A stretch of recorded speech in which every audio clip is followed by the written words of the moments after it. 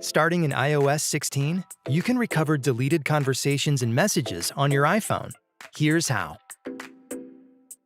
In Messages, tap Edit in the upper left corner. This button might say Filters if you have Filter Unknown Senders turned on.